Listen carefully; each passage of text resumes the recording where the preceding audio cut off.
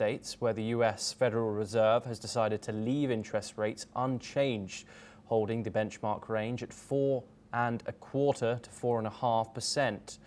Federal Reserve Chair Jerome Powell emphasized that the economy remains strong, with low unemployment and inflation slightly above the 2% target. Powell also stated that the Fed is closely monitoring data, especially the impact of President Trump's trade policies. Despite pressure from Trump to cut rates, Powell insisted the central bank remains focused on controlling inflation and will assess future actions based on incoming data. The decision comes after a 9-2 vote, marking divisions within the Fed. Let's have a look at what the Federal Reserve Chair Jerome Powell had to say on the issue. At today's meeting, the committee decided to maintain the target range for the federal funds rate at 4.25% to 4.5% and to continue reducing the size of our balance sheet. So, as you know, today we decided to leave our policy rate where it's been, where I would characterize as modestly restrictive. Inflation is running a bit above 2%, as I mentioned, even excluding tariff effects. The labor market's solid, historically low unemployment. Financial conditions are accommodative, and the economy is not performing as though restrictive policy were holding it back inappropriately. So it seems to me and to almost the whole committee that the economy is not performing as though restrictive policy is holding it back inappropriately, and modestly restrictive policy seems appropriate. I will say we had a nice visit with the president. It was an honor to host him. It's not something that happens very often at the Federal Reserve to have the president come over, let alone to visit a building. But it was a good visit. We're once again joined by Dr. Dewar. The US Federal Reserve has decided to leave interest rates unchanged, despite the President of the United States' criticism. What is the implications of this? As Mr. Jerome Powell just mentioned in the corporate, we heard him just now in the press conference. I think there is cautious optimism in the Fed about the future of the U.S.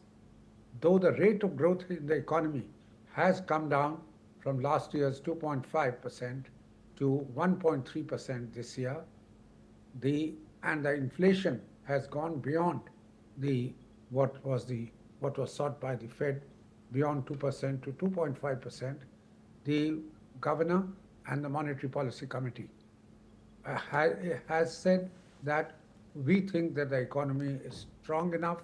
It does not need any further adjustment in the interest rates.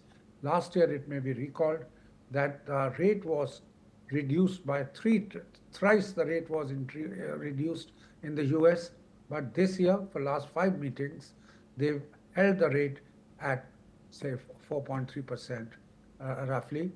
And it is felt that this is good, but at the same time, the governor has not ruled out the possibility that if there be optimism, and he's also pointed out that the household consumer spending in the US has come down, and the expenditure on the housing front, the capital expenditure, has declined in recent years. Both these are important factors for stability in the economy and its growth.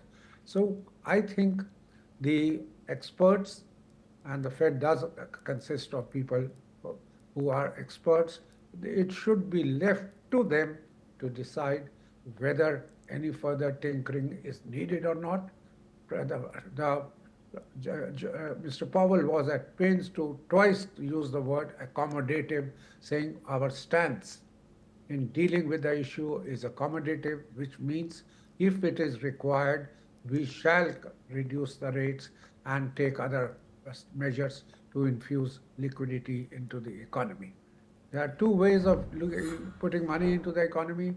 One, reducing rates. The second is asking the banks to hold less of reserves with them compared to their deposits. And the option of using one or the two together is invariably with the central banks of the world. And I'm sure in the US, we are seeing a degree of optimism because with increased revenue is expected from tariffs which are being imposed virtually across the world, there would be a little bit of dilution in the huge debt which the US has on its books compared to the GDP. It's very large, one of the largest. And if that also is kind of managed through higher revenues, even better. So there may be an option for the governor to, or the chairman as they call him, to reduce the rates a bit more than what they are currently. Dr. Ajay Jua, pleasure to have you on the program as always. We now move on and over to the Americas.